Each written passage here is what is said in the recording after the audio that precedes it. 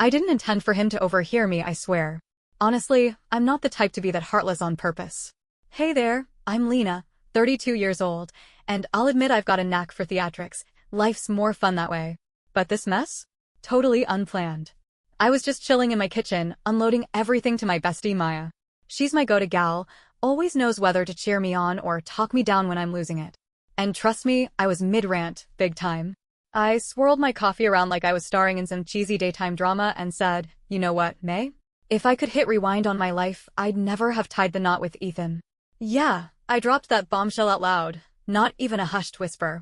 It slipped out so naturally, like I was joking about a bad haircut or something trivial. Now, hold up, don't judge me yet, okay? I've got some explaining to do. It's not that Ethan's a monster or anything, he's alright, really. Pretty decent, if I'm being fair. But lately? Man, it's been Dullsville. So predictable it hurts. Seriously, is staring at your phone while Fox Sports drones in the background a legit pastime? In Ethan's universe, apparently, that's peak entertainment. Maya just arched an eyebrow at me, skeptical as ever. Come on, Lena, you don't really mean that, she tossed out. Oh, don't I? I fired back, leaning into it. He's just existing. Like some roommate who occasionally chips in for bills, but can't figure out how to stack the dishwasher properly. And truthfully, if I'd had a crystal ball showing me this was what marriage would turn into, I'd have noped out of the whole deal ages ago. Then I let out this big, goofy laugh. Yeah, I cackled, like some over-the-top bad guy in a cheesy romance flick. Maya shot me this look, like, girl, what's wrong with you? But before she could even get a word out, dead silence hit. Thick, heavy, can't ignore it silence. I swiveled my head, and there he was. Ethan, framed in the doorway, staring at me with this empty look. Not mad, not upset, just blank, like a void. Oh, but my stomach? It plummeted like I'd just missed a step going downstairs. I'd have preferred him shouting at me, anything over that eerie, quiet stare. Ethan, I stammered, trying to find words. But he just raised a hand, strolled to the counter, snagged his keys, and walked out. No shouting match, no big scene. Just the soft click of the door closing behind him. I sat there, totally frozen, for what felt like a solid minute before glancing at Maya. What in the world just happened? She gawked at me like I'd sprouted an extra eyeball. What do you mean, what happened? You just said you'd never marry him again. What did you think he'd do? Throw you a parade? I rolled my eyes hard. Oh, please, he's just milking this for drama. He'll waltz back in an hour, tops. Spoiler, he didn't. And wow, did that stir up a storm of emotions in me. 1 hour stretched into 2. Then 2 morphed into 3. By midnight, I was sprawled on the couch, doom-scrolling reels, acting like I wasn't losing my mind. But on the inside? Oh, I was fuming. Who does he think he is? I grumbled, smacking my phone down on the coffee table. Bolting out the door over one tiny thing he overheard? Maya, bless her meddling soul, was still camped out with me, flipping through Snapchat like this was some chill hangout. Maybe shoot him a text, she suggested, not even glancing up from her screen. Text him. I snapped back, incredulous. Why? So he can ghost me and keep sulking like some angsty kid? Pass, he'll drag himself back when he's over his little tantrum. But deep down? Oh, I was unraveling. Where'd he go? What's he up to? Who's he hanging with? Okay, that last one was a stretch. This is Ethan, after all. Ethan's the type who thinks pairing mismatched socks makes him a rebel. But even so, by around 1:30 a.m., Maya finally called it a night and headed home, leaving me alone with my buzzing thoughts and a temper that was starting to boil over. I snatched my phone off the table and fired off a quick text to him. You okay? Nothing came back. All right, fine, play it like that then. I tugged a blanket over me, sank into the couch, and tried convincing myself I wouldn't let this keep me up all night. He'd stroll back in eventually, and I'd be ready with a smug little, see? Told you he'd be fine. But nope, he didn't show. Morning rolled around, and his side of the bed was still smooth as ever, his toothbrush sat untouched in the bathroom, and his sneakers were still kicked off by the door. Okay, so he hadn't grabbed his stuff and ditched me for good. At least there was that. Still, where on earth was he hiding? I dialed his number again, fingers tapping impatiently. Straight to voicemail, really? Who even lets their phone do that these days? At this point, I wasn't just annoyed anymore. I was downright furious. How could he pull this stunt and leave me stressing like this? I didn't even say anything that awful people gripe to their friends all the time, don't they? It's practically a marriage perk. You vent to your crew, they give you that knowing eye roll, and life goes on. Simple, right? But not Ethan, oh no. He had to blow it up into some grand drama.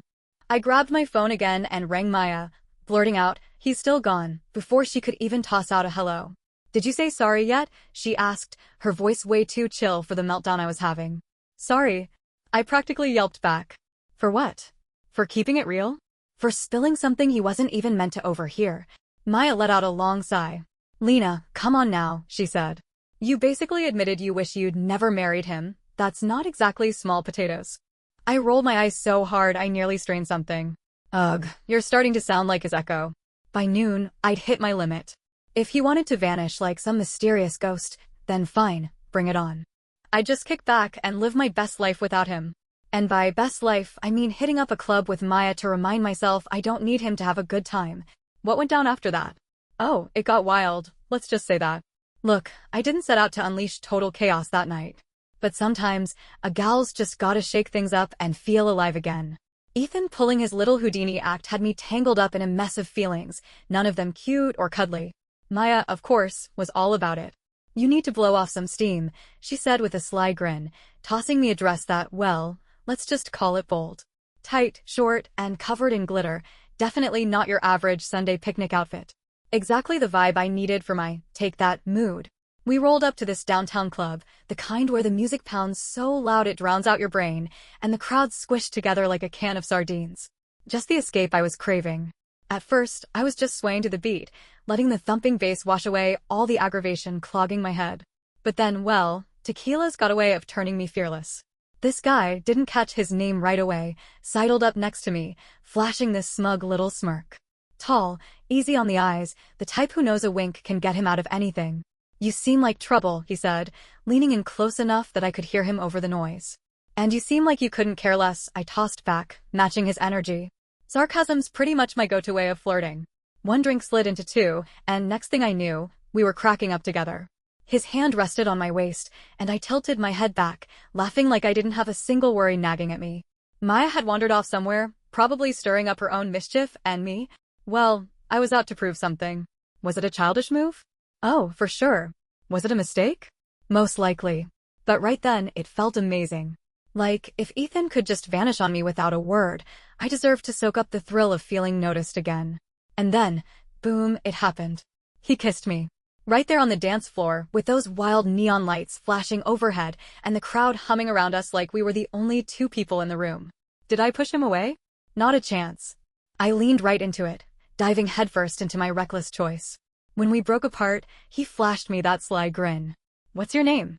Lena, I replied, tossing out the word with a boldness I was halfway faking. He handed me his phone, all casual. Go ahead and put your number in, just in case. And I did it. Guess I wasn't ready to quit the bad decision train just yet. By the time Maya and I stumbled out of the club, my head was a whirlwind, not just from the drinks, but from the tangled chaos I'd whipped up. Deep down, I could tell I was losing control. Owning up to that, though? Nope, not happening, not right then. Instead, I talked myself into believing Ethan had this coming. Like it was all his fault for letting me feel like some forgotten footnote in his life. The guilt didn't crash in until later. And when it did, oh man, it slammed into me like a truck. Before I spill what happens next, hit that subscribe button if you're enjoying this wild ride. Anyway, the next morning, I woke up with a headache thumping like a drumline, mascara smeared under my eyes, and my phone buzzing nonstop like it was mad at me. For a split second, I thought maybe it was Ethan. Maybe he'd finally snapped out of his sulk and wanted to come home. Wrong guess. It was a text from that club guy. Turns out his name's Liam, because he wrote, "Morning, Lena. Last night was a blast, let's hang again soon." I groaned and chucked my phone onto the nightstand like it was cursed or something. What was I even doing with my life? Maya rang me up around noon, probably dying to dissect my hot mess energy. So, how's our little rebel feeling today? She chirped, way too perky for my hungover misery. Like a total train wreck, I mumbled, shuffling to the kitchen to brew some coffee. And yeah, save it, I know I screwed up big time. No shade from me, Maya said lightly. But maybe track down Ethan instead of snagging digits from random guys, huh? I rolled my eyes, even though she couldn't catch it over the phone. What, you're Team Ethan now? I'm Team you, she shot back, her tone getting real for a second. But you're spiraling and you know it. Have you even tried calling him again? Of course I had. Twice, actually. Both times, it went straight to that dumb voicemail greeting, made me feel like some clingy wife begging for a scrap of attention from a guy who'd rather ignore me than talk it out. But Maya wasn't wrong, much as it pained me to admit. I had to figure out where Ethan was hiding. So, I channeled my inner Sherlock and got to work. I logged into our credit card statements to see if he'd swiped a card anywhere. Jackpot, a charge popped up at some motel just outside town. Oh, Ethan, real fancy move there. I scooped up my keys and peeled out of the driveway, ready to march in, grab him by his totally average haircut, and haul him back home. But when I got to the motel and asked the front desk if he was checked in, the receptionist just hit me with that phony, tight-lipped smile. Sorry, ma'am, we can't share guest details. Look, he's my husband, I huffed, pressing my hands onto the counter and leaning in. I really need to see him and sort this out. The receptionist didn't flinch. I'm sorry, ma'am, she repeated, her voice flat and unyielding. Ma'am this, ma'am that. I was about 2 heartbeats from lunging over the desk and shaking some sense into her, but I caught myself, it wouldn't get me anywhere. I stormed out of that motel, steam practically pouring out of my ears. He was in there, I could feel it in my gut. But he wouldn't pick up my calls. Wouldn't even send a measly text back. Didn't even seem to care I existed. By the time I pulled into our driveway, I was pacing the kitchen like some restless tiger trapped in a zoo. How could he do this to me? I wasn't the bad guy here. Okay, yeah, I might have let a few harsh words slip out that I shouldn't have. But this reaction? Way overblown. Just as I was about to fire off a spicy text to let him have it, the front door creaked open. And there he stood, Ethan, cool as a cucumber. Acting like he hadn't just disappeared for 2 full days and sent me into a total tailspin. Oh, but he had no clue about the tornado of frustration I was about to unload. Well, look who finally decided to grace me with his presence, I snapped, folding my arms tight and propping myself against the counter. Did you enjoy your little vacation, huh? Ethan didn't answer right off. He just dropped his bag by the couch, shrugged off his jacket, and then turned those steady eyes on me. We need to talk, he said, his tone so calm, and even it made me want to yell just to shake things up. No kidding, genius, I fired back, my voice already climbing higher. 3 days, Ethan, 3 whole days. You couldn't even grab your phone and shoot me a quick message. He let out a sigh and rubbed the back of his neck, his classic move when he's trying to keep his cool. I needed some breathing room, Lena, he said. Had to figure out how to even start this talk with you. Oh, spare me, I snorted, flinging my hands up in exasperation. You caught one little thing I said in private, something you weren't even supposed to hear, and now you're playing the wounded hero of the year? A flicker of something sharper passed through his eyes, but he held it together. It wasn't just some throwaway line, he said, his voice low and measured. You don't toss out stuff like that about someone you're supposed to care about, not even behind their back. Oh, come off it, Ethan, I shot back, irritation bubbling over. People rant to their friends all the time, it's normal. You're the one who decided to snoop. He blinked at me, clearly thrown by how bold I was going with this. Snoop? Are you for real? You're pinning this on me for overhearing you say you wish we'd never gotten married. I opened my mouth to argue back, but then, ding, my phone chimed with that unmistakable text alert. Ethan's gaze darted to my phone on the counter. Mine followed, and there it was, lighting up the screen. A message from Liam, the club guy. Ethan's jaw clenched as he snagged the phone before I could lunge for it. He glanced at the text, his expression locked down tight, impossible to read. Liam, he said, holding the phone up so I could see it. Who's Liam, Lena? My heart plummeted into my boots and I froze. It's not what it looks like, I stumbled out, tripping over my own words.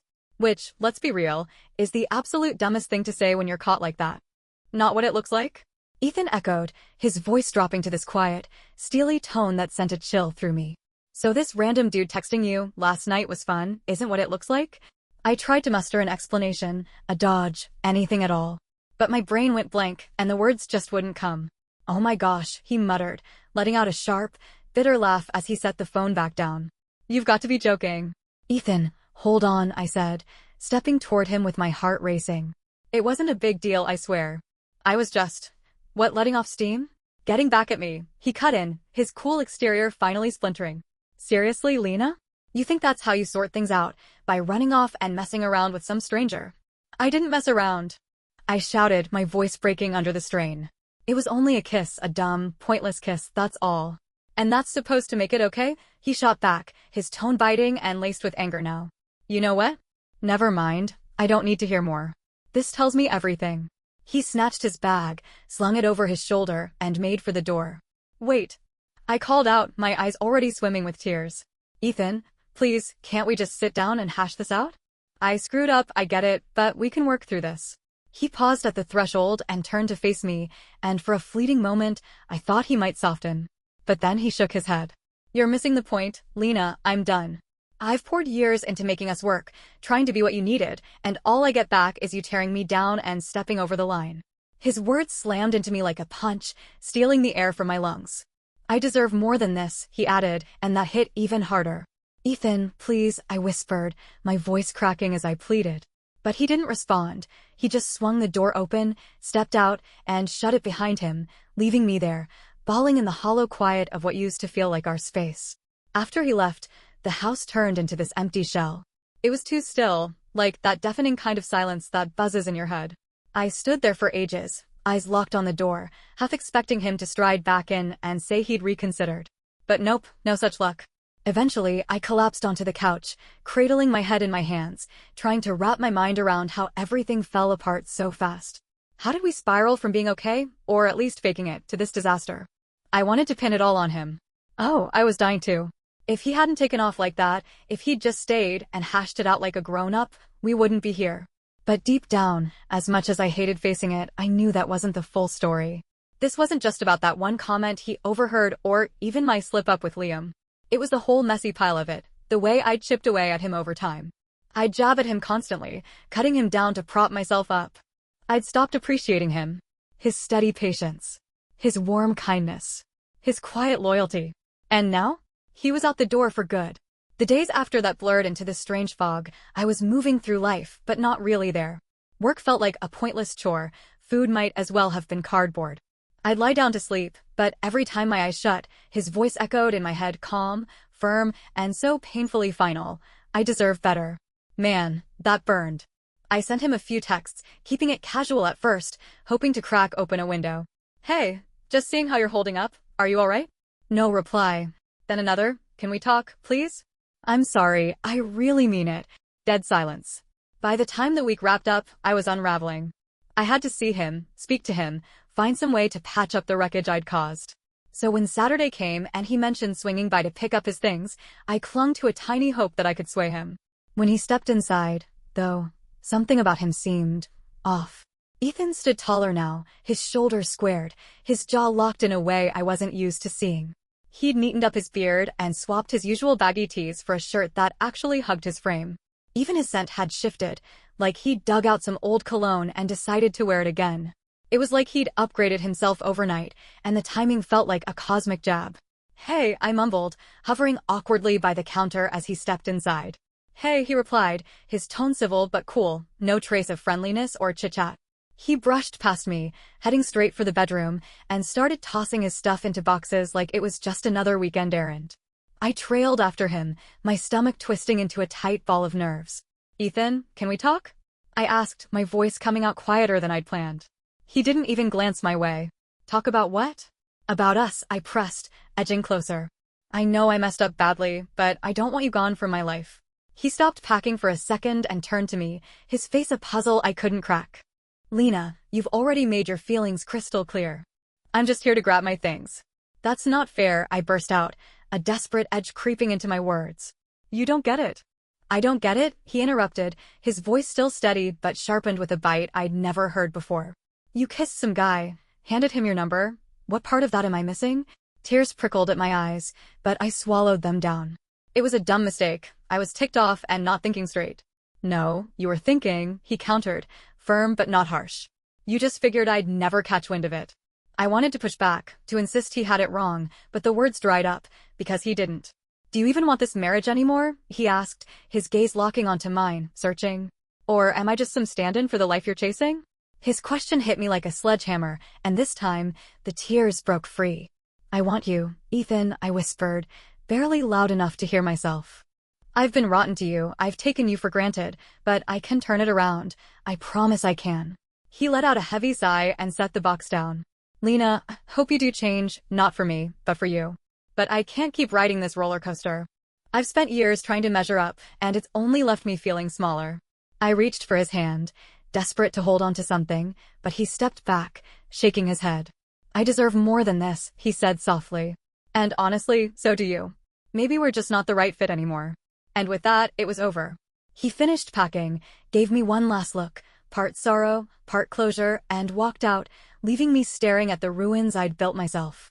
I wanted to run after him, to plead for him to stay, but deep down, I knew it wouldn't shift a thing. He was finished, and for the first time, I saw I might have lost him for real.